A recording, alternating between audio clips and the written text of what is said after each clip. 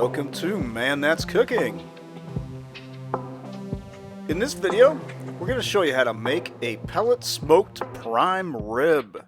Yes, perfect for the holidays or just any other weekend, right? Alright, so we've got a 3-bone rib roast. It's about 6 pounds, close to 7. And what we're going to do is use a chef's knife and we're going to remove the rib bone plate just like this. So this is optional, of course, but there's many good reasons to do this. And you just want to have your blade rest against the bone plate like that and detach it just like that. So we'll get into the reasons why you want to do that in a moment, but next we're going to use a boning knife and we're just going to trim off some of this extra stuff. Now this is optional as well. Usually when you buy one of these roasts, the butcher's going to do a nice trimming job on the fat cap. Sometimes they don't, and you're going to need to cut some stuff off. You can leave it completely alone if you want, but in this case there's this nasty layer of silver skin. Look at that. That's not really fat. It's kind of fat, but it's chewy silver skin, so we took it off. You don't have to if you don't want to. And then moving on, we're just going to trim a little bit of the heavier fat parts. Again, totally optional. You don't have to do any of that. Next, we're going to score the fat cap with a cross-hatch pattern. Again, totally optional. So this is going to help the fat to render down on the fat cap, and it also allows some seasoning to get stuck into these channels and get into the meat.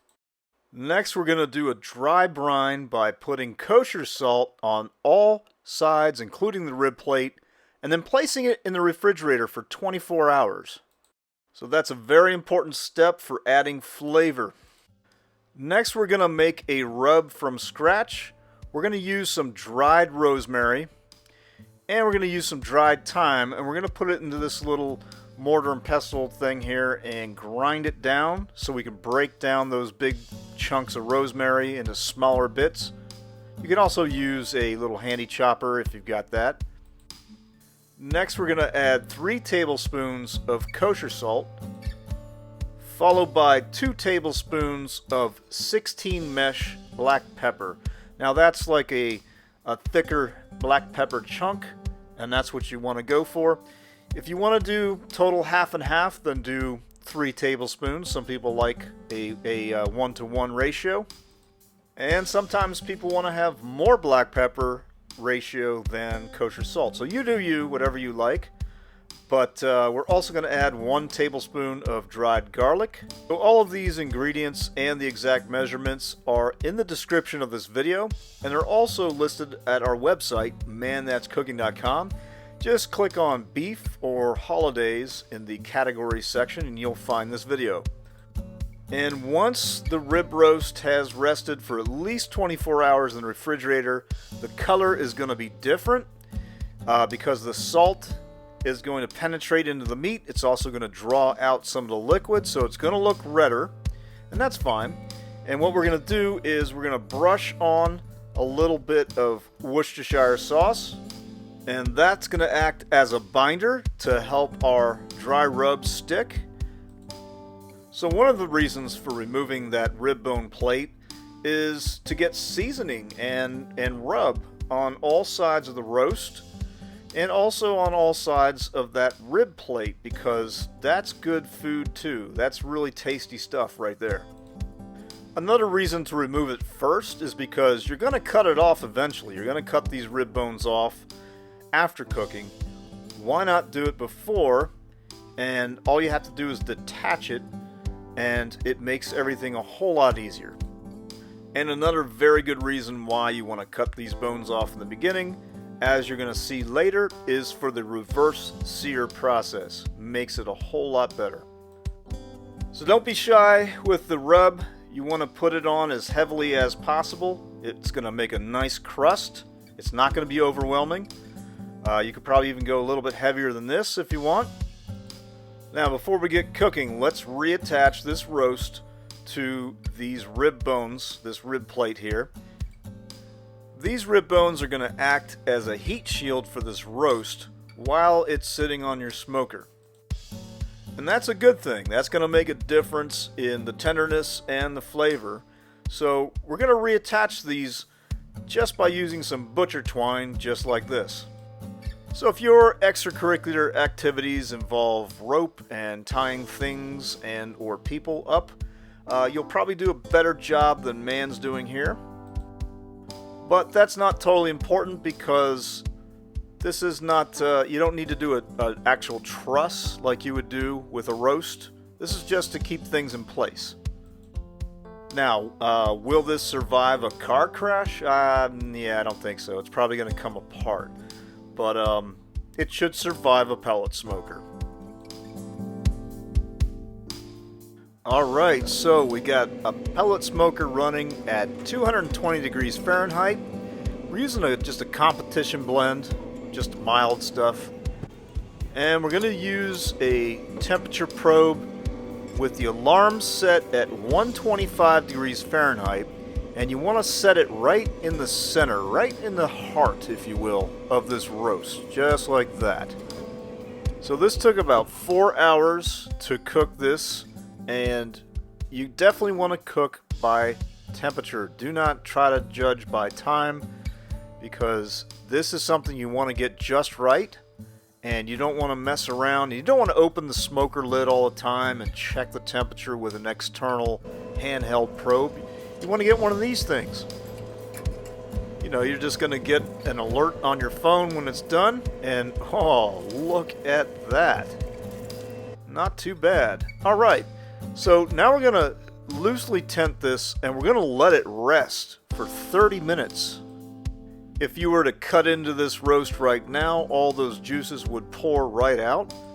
Also, we're going to reverse sear this roast, so it's important to bring down the internal temperature a bit before we introduce it to some high heat flames.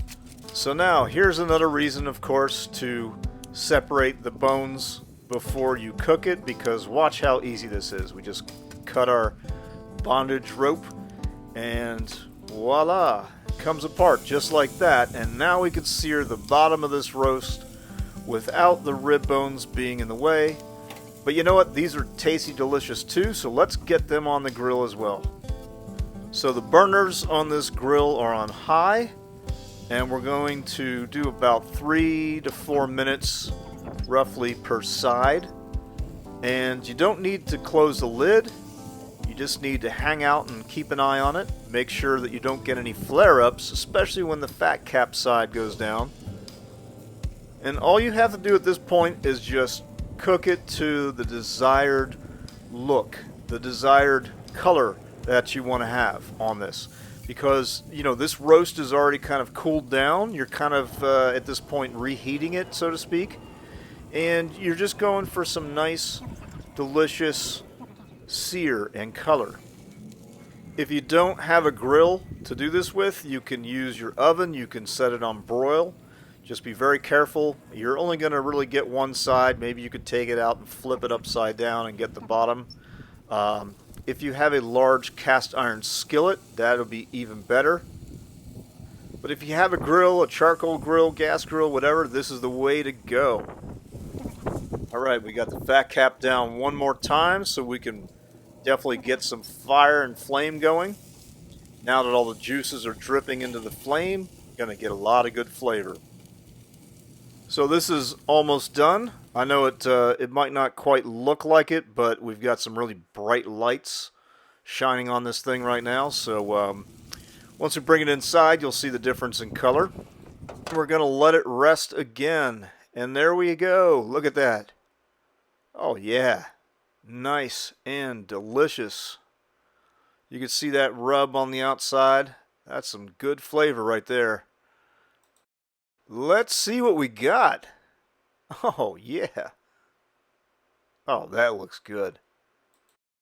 So I don't know about you, but this is perfect. And if you like yours a little more rare, or maybe you like yours a little more cooked, simply adjust the alarm temperature. Remember, we used 125 Fahrenheit, and this is what we've got. And it's a solid color all the way through. Sometimes on a roast of this size, you'll get it more done on the outside and more pink towards the center, but look at the center here. Look at this. Oh yeah. I know you would eat that. Look at that. So let's take a look at the rest of the roast. You can see it's jiggly. You know, it's so tender. Take a look at the fat. It's nice and cooked well. This is definitely going to boost your triglyceride level, but you may as well eat it because it's delicious. And this was an easy cook, right? I mean, there's some steps, but it's a multi-day process. And look what you get. Look at this. This is what you're going to get.